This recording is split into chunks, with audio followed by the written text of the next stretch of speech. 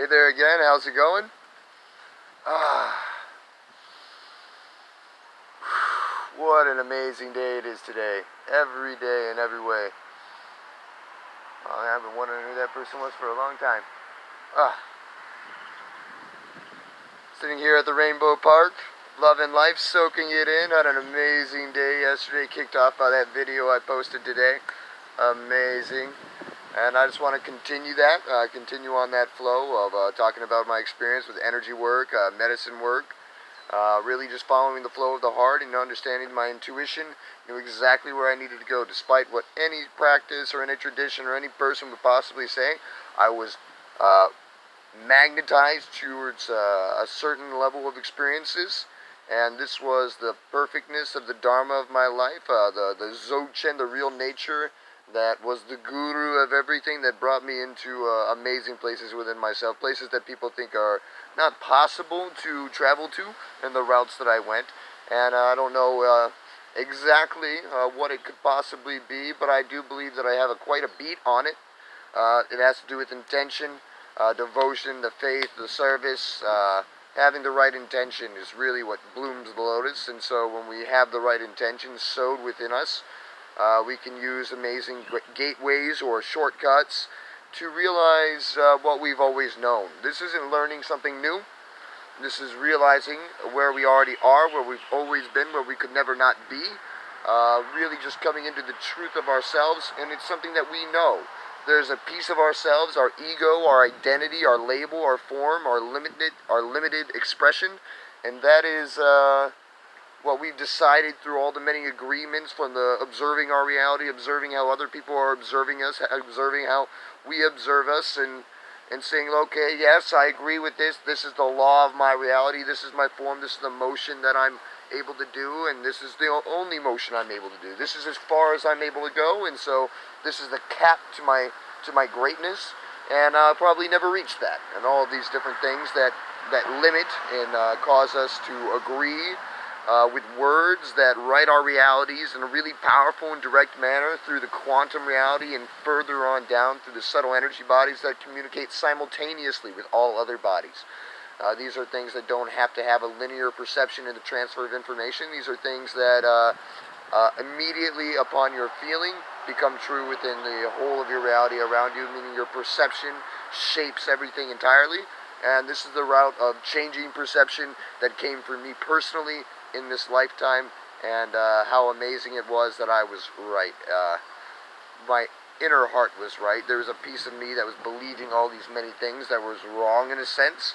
But even that was right, even that was perfect, even that was leading and guiding and causing distress and agitation, fear and doubt, self-hate and all these different things in me. A feeling like I was running out of time, so I had to be hurrying somewhere. For some reason, I just felt like I was running out of time, and it turned out that I was running out of time. I really needed to be in the spot that I was to have these experiences activate in the way that they did at that exact moment, so that I could have the context for the rest of my experience placed in a really beautiful way that I could articulate it in such a manner that I'm able to today and transfer it over to other parts of myself, so that they don't have to walk the exact same path and the same exact fears and doubts that I have. That way they can have an easier route through a neural passageway to open themselves to their heart and feel easily sustained in that place, because there's not a lot of reference point through the path that I went to in the world today. It turns out that this practice has that, and that practice has that. A lot of them sworn to secrecy, a lot of them sworn to do all these other things, and so they haven't had the well-rounded view that I have had in the way that I have had it. And so it is on me now as my responsibility to transfer this information to others.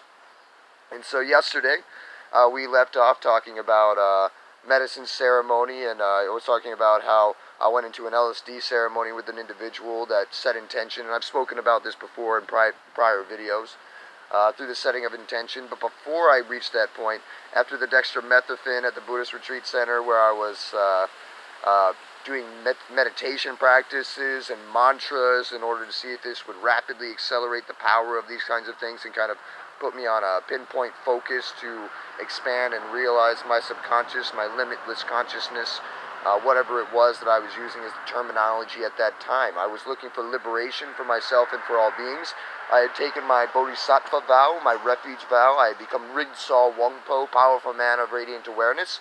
And I really, really, really wanted to do this very quickly, very amazingly, but I had had so many glimpses of the possibility of this that all the other possibilities didn't make a lot of sense to me. I was like, okay, this is definitely the route that I feel drawn to. I was drawn to the dream world. I was drawn to, lucidness. I was drawn to bringing upon, opening the subconscious, seeing that we already had all of the tools of all of these mystic gifts, that every person embodies every gift entirely. If only they could believe in themselves, if only they could see that within themselves, and then access that other 90% of their brain that lied dormant.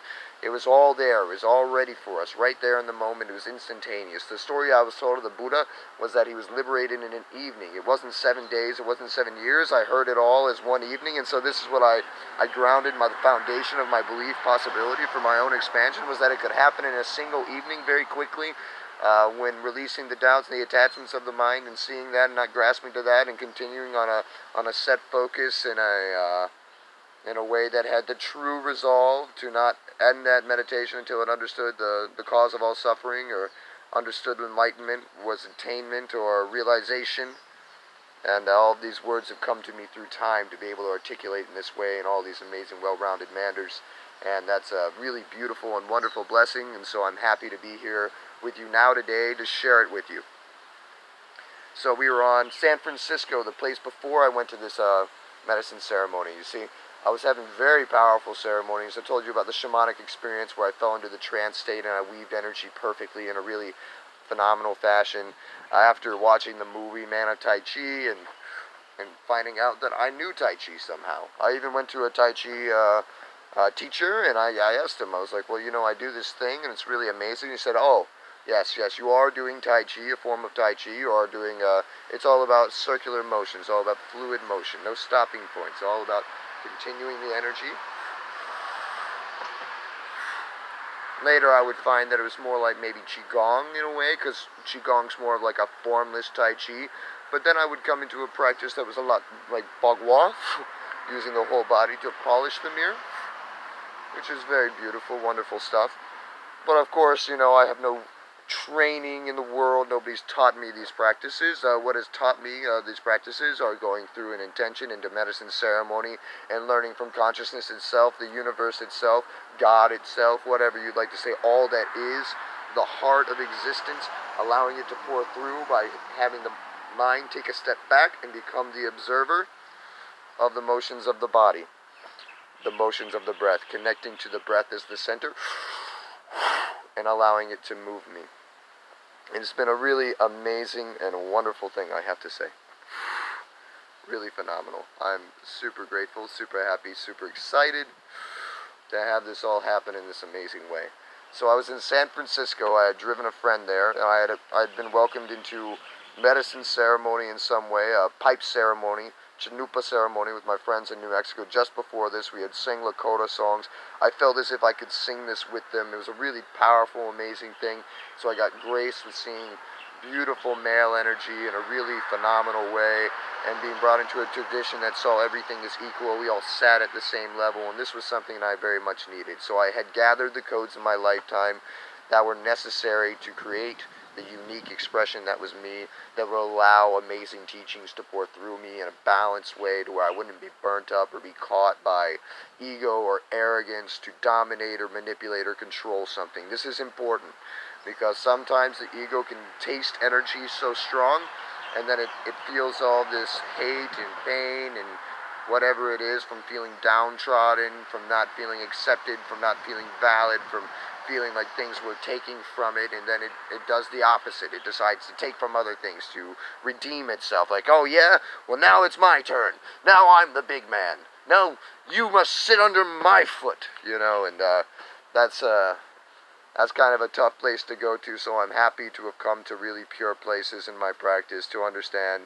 to love thy neighbor, to love thy enemy as thy friend through Christianity, to release all judgment, judge not lest ye be judged, to have those teachings grounded, and then to go to Buddhism and understand more on loving kindness, the inexpressible one that's also through Christianity, the inexpressible one. The Heart Sutra, form is emptiness, emptiness is form, and to come into the Bodhisattva vow, to be here for the benefit of all beings everywhere without one exception until every being entirely comes into liberation. That's to the smallest ant, to the greatest demon, anything at all, no matter what it is. I will be here in samsara, in suffering, in the illusion of duality until every being becomes free from the samsaric suffering, realizes the truth of itself, and is liberated fully into nirvana. Everything else can pass into nirvana before I do, as long as the beings all here reach that place, then I can be at peace. And this was something I had felt for a long time. I even thought about the apocalypse.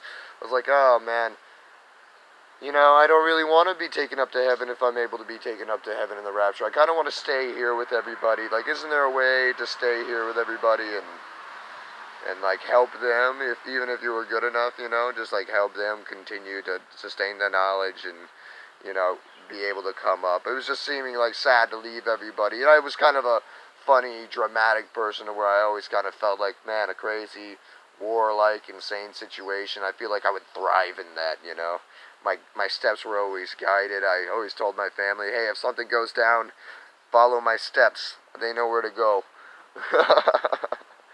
And apparently they do. It's amazing, phenomenal. Who knew? Connected with my intuition, super strong. We can all do that, connect to our intuition. The more you connect to that feeling that moves you instead of the thoughts that move you, the judgments, the desires, the whatever it is that's going on within our heads, what other people are saying, we're like, person's like, hey, come down here, jump off this rock with me, and you're like, I don't know, come on, don't be a pussy. You're like, all right, here I go. Boom, break my leg. Oh my goodness, what happened? Well, I felt like I didn't want to do it, but then you said that extra thing, and I was like, all right, I'll trust you instead of me. No, trust yourself. That's an important thing, Don't even trust me saying trust yourself. Just trust yourself. If you think that's wrong, then trust that, I guess, and go figure it out. And then maybe you'll come back to a place where it'll be easier for you to balance in the trust of yourself instead of the trust of others. Even the Buddha said, don't trust me, don't believe what I said. You must find out for yourself. He was a very smart man. Without experience, you cannot know anything. And so experience is extremely important. You must experience this yourself. Intellectual knowledge is not knowing, is not wisdom in that kind of a way. You need to have experience, or it is nothing really. It is empty. It is all concept, all born of the mind, all born from the intellectual self, all painting a picture that's an incorrect picture, an improper picture. It will not look as you think it looks. Or maybe it will if you're super good, it's possible, I guess. Anything could be possible. But I would recommend releasing the mind, emptying the cup, being the hollow bone, knowing that you do not know until you are welcomed into a place of knowing that is only brought upon by experience. This is important. These are the teachings that come from me. These are the paths that I have followed, that I have found. You may find your own path. That's all right. I don't mind. However it is you wish to find your path. But this is a very fast, accelerated route for any being who seems to be on the same type wavelength as me, desiring to look as deeply as I am, and really wants to find a shortcut within themselves to free themselves from suffering and thus free all beings from suffering. I have this one motivation, this one intention, this thing that constantly permeates the layers of my being, which is liberation for all beings everywhere without one exception, in this lifetime or the next. People are dying today. They may have to be reborn, and then they could be liberated too. Hopefully they don't have to die multiple times before, we're all where we need to go. But if that does have to happen, then even for the next life after that, we want to make sure everybody's included. That's for sure. And if it's good for them to just fade away, then whatever needs to happen. I'm not sure. I don't want to restrict or limit anybody from what is natural for their life path, what is best for their being, and thus all beings. It's amazing everything entirely. So just pray for, the benefit of all beings everywhere without one exception. What is the best for all beings everywhere without one exception, even if it is in spite of myself or in spite of these things, because it would only be in spite of my ego self, something that's holding to some kind of a form, something that's holding to some kind of a preference, some shape, like, oh, I like Ryan so much, Ryan could carry on, but maybe Ryan has to die, or maybe Ryan has to be ill, or maybe Ryan has to break his leg, or maybe Ryan has to do all kinds of different things. Who knows what Ryan has to do to be of benefit to everything else and to benefit to himself? I could not say exactly. I mean, I don't feel like those things are the things that must happen. I feel like other things could happen and that would be more beneficial at this time, because I'm very advanced in my understanding, my consciousness, so it doesn't seem like these are things that are necessary for me, for other beings. But hey, how do I know for sure? I like to be open to the flow of the universe, to everything entirely, so that I may be of benefit with the versatility in any way that it may need me, to the highest degree possible, to the most optimum reality for the benefit of everything in its acceleration into this conscious state of being that is their enlightened mind, that is unity, harmony, love entirely, unconditionally for all beings everywhere without one exception, in the most amazing, phenomenal, synchronistic, harmonistic manner possible. You know, and I'm looking for that constantly. Pretty easily. I'm not really like, hey, where's this thing anymore? As much as I was before, I was pretty set and pretty stern and pretty serious. Like, all right, I better not miss a damn thing here. Let me check this out. Always in surrender, though. Always in surrender. But now I'm much more light. All right, I can trust the natural flow of the universe, that I'm exactly where I need to be all the time, so I don't need to rush away from here, or maybe like, do I stay here longer? What do I do? Being a little indecisive period of, do I move, do I not move? No, if I want to move, then I move. If I don't want to move, I don't move. If I want to sleep in, I sleep in. If I don't want to sleep in, I don't sleep in. If I'm hungry for this, I go eat that, But then I have all the intelligence, all the different things working together, so I can figure out what's best for me, best for myself, entirely, well-roundedly, not so willy-nilly, not so frivolous, but in a way that's trusting all the universe entirely in a really beautiful, phenomenal fashion. And I've gotten to this place really amazing ways. So, as I was saying yesterday, I would like to start out on San Francisco. So I finally went from the retreat center to New Mexico. I learned Native American processes, and then I was brought over to San Francisco to work, where I got to partake in a lot of mushroom medicine. A lot of mushroom medicine. And the very first experience I had, rainbow light was all over the place, really gorgeous, really beautiful. And I was hiding because I had ate the mushrooms without my friend knowing I had ate the mushrooms. But they had a ridiculous amount of mushrooms, so they would never have noticed. And I was just really into that. I really didn't have any money, or I didn't have a way to take care of myself, and I wasn't a great person to ask about things. But damn it, I just was so drawn to expansion. Goodness, did I need to expand. And it was the only thing I wanted, and I was like, man, I need to do this. And, we walk the path in whatever way we're walking the path, due to our ego identity, due to whatever our shortcomings are, whatever it is. And I'm glad that it happened in this way, because it was perfect. It was what was needed. Who knows, it would have been different had I asked. It wouldn't have been possible, and goodness, I needed these experiences. So it brought me into huge energy expressions. I was feeling animalistic. I was feeling like a wolf, all kinds of different things. But I felt extremely magnetic.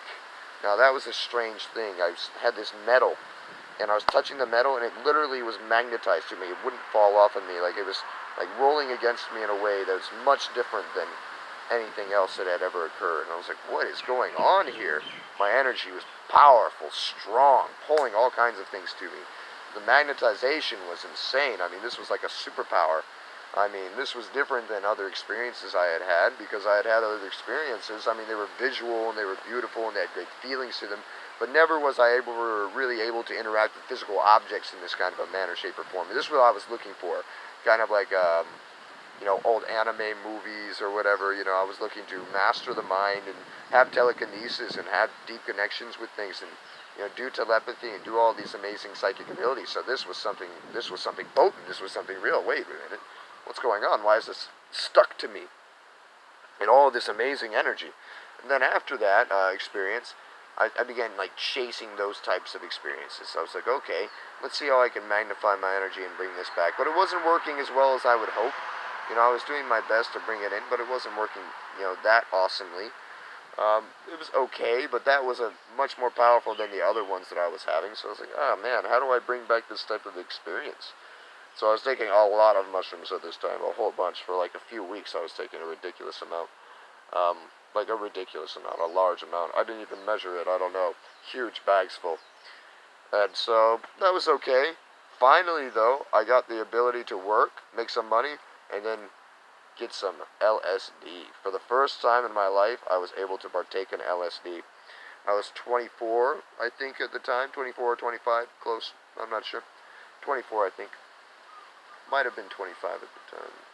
No, I think it was 24. So, okay, 24. And I was taking LSD for the first time. I think I took 3 drops of this liquid LSD. And I was sitting inside my tent trying to kick it on, having my music in, listening to classic rock or something like that. And man, the music became really electrified. Like, man, I could see what was going on. I was like, whoa, this is really cool. I decided to go out into the world and see what was going on. And it felt amazing. It felt immediately upon going out in the world, I realized, yes, this is what I've always been looking for. The whole world had changed. The entire tone to the world, the feeling to the world, the texture to the world, it felt phenomenal. I was within a dream. I was within this amazing, beautiful reality. And I told myself immediately, this is what I've always been looking for. So I knew that that was my medicine. Because that's what the most spontaneous thing, the most natural, authentic thing to come from me was. And it was like, yes, this is what I've always been looking for. And it was amazing. I can't even tell you how phenomenal. Oh my goodness. And so it wasn't too great. I mean, there wasn't anything too extraordinarily spectacular spiritual-wise. But what did happen was, we went over, I went around town, I was walking, it was raining, my hood on. I didn't mind the rain at this time, it was fine, I'd be in a dry place eventually, it'd be okay, not a big deal. So I'm walking around, and I start to see all the lights downtown, and all of these rainbow formations, like everything was super trippy, really gorgeous.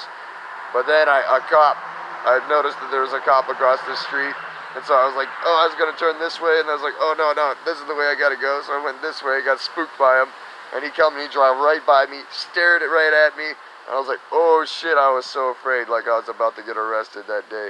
I was like, oh, my goodness. But then I was good, he drove right by, but he just stared me down like, you better watch yourself, Mr. Harris. He didn't know my name, obviously, but... that's like, oh shit, that was like the whole universe telling me, man, you better get your ass home, bro. You better not be walking around tripping balls inside a city like this. It is not safe for you to be doing that. You're going to get arrested, you're going to get beat up, who knows what's going to happen, but you are not in the clear mind state to be walking around in this kind of a scenario. I'm like, okay, so I go back to the porch, sit down, I smoke a bunch of weed. It was amazing, what a beautiful experience it was. Only thing that would have been better is if I would have had a female friend with me at the time. That would have made me so happy. I would have been like, wow, this is the greatest. But that was the beginning. So after that, a lot of things had happened. I ended up procuring the vial of acid and bringing that with me across the states and, showing up finally to this place in Colorado where we set intention and lit a sacred fire, said prayer. First time I ever did this. I never did this before. And that night was insanely powerful. It was everything I'd ever been looking for, the answers to all of my questions, and all the things that I needed compact into a single evening. And that was the most amazing and phenomenal blessing that could have ever befallen me. I had no idea the potency of the experience that was going to happen. I thought that I was, at this time, a psychedelic master. I was like, yes, I am the greatest. I'm going to lead this female through this ceremony, and she's going to love me forever, and we're going to connect at the deepest level, and it's going to be amazing because I'm such a master tripper. It's just amazing. Here we go. It's going to be so much fun. And it was so much fun, and I was actually a phenomenal psychedelic goer, psychonaut, if people call it that. And but in the beginning, it was too much. It felt like way too much. I started to come on, and I told her, I was like, oh no, I'm not, this is too much. Something's happening here. I don't know what's going on. I can't do this. I thought, and she was fine. She was like, I feel great. I know what's going on. She was like, I'm not too bad. And she had never done it before. And she was like, she had done MDMA, but she was like, it feels a lot like MDMA. I know what this is. This is pretty good. And she was doing great. And I was like, oh, shoot. So I laid down on the ground because it was way too much for me. And she laid down and she held me. Thank goodness for her, Goodness, I needed her so bad. She laid down and held me, and I was sitting there going through my process, so potent, so strong, so powerful, more than I'd ever felt before in my whole life. Man, oh my goodness, how much that acceleration was, how much that deepening of consciousness was that day. But I was being brought into amazing teachings on the process of all of life, how this moment reflects that moment, which reflects that moment, which reflects that moment, which reflects that moment, and so on and so forth. All teachings on the male and the female, the left and the right, the beginning and the end, compassion and wisdom, how they are in their extremes and how they are with one another, how they're only perfect together in the middle way, the extreme energy of hate, the extreme energy of pain, the extreme energy of the worst feelings possible, along with the extreme energies of the very best feeling possible, and feeling all of those feelings at the same time, and knowing that you can never feel this one, the good one, or the bad one, all as one. It was too much. Both of them were too much. You needed them both. And then I was able to find the middle way, which is the teaching of the Buddha. And so I was able to experience this in an evening, the teaching of the Buddha, and understand the middle way through this amazing practice. And we were brought from the ground to see all of our past lives with one another, or all of these shapes of perhaps the characters that we were embodying, the energies that we were embodying that time. I saw her as Troma. She saw me as Green Tara. We saw all of these amazing faces changing, and very much changing. Not like a fleeting image, kind of fuzzy or anything. Like her body changed into this shape, in this form, and it looked just as real as you and me do to one another today, and the same thing otherwise. Then we were able to get up on the bed and lay down and hold one another. She continued to hold me and cradle me. The mother was with me. The female was with me, holding me silently, quietly, just helping me through this amazing, such a loving and amazing woman that she didn't want to go off and do her own thing. She was just like, I'll be here with you. I'll be here with you. I'll help you.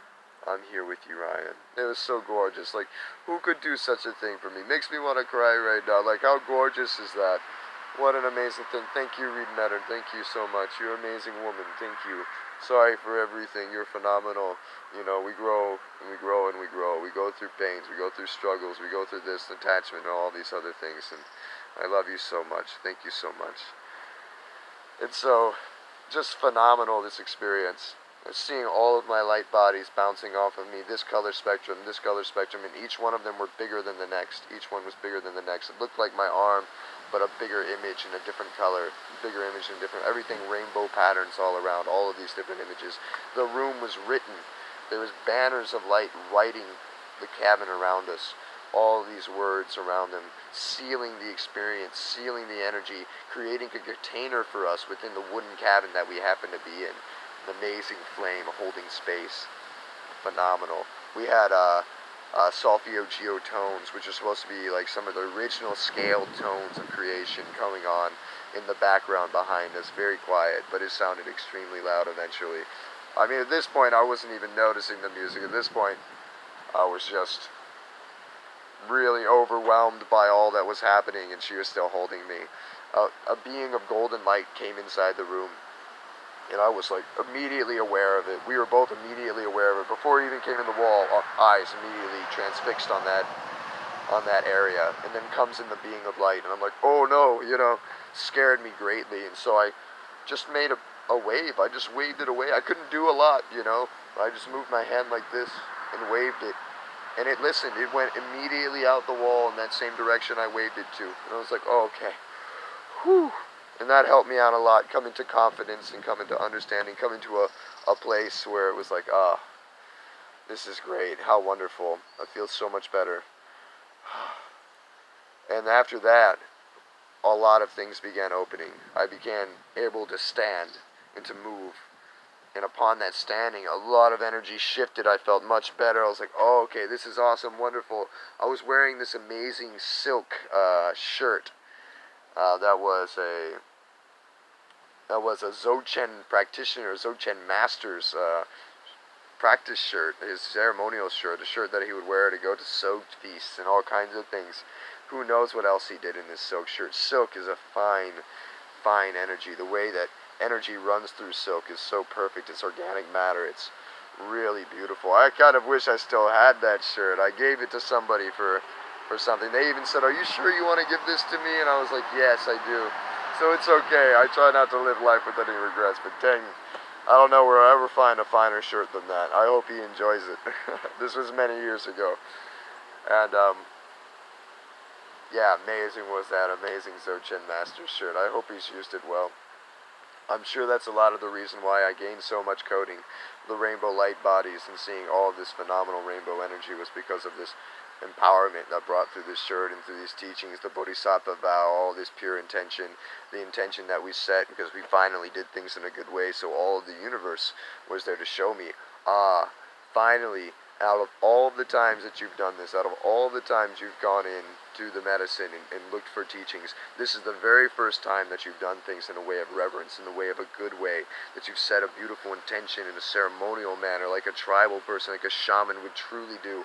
And that way you're finally now in alignment with the frequency of the heart of the universe to where these teachings can pour through you, because now you've matched their frequency, you've matched their intention, you've matched the embodiment of these energies in a way that allows you, through like the law of attraction, you become the energy that you wish to bring into your life. You don't stay a different energy to bring into you. You have to be a rich person to become rich. And that's not a becoming. You already are this. And then it shows up in your present reality. Not from the point of the poor person. This is very difficult because now you're always agreeing to be the poor.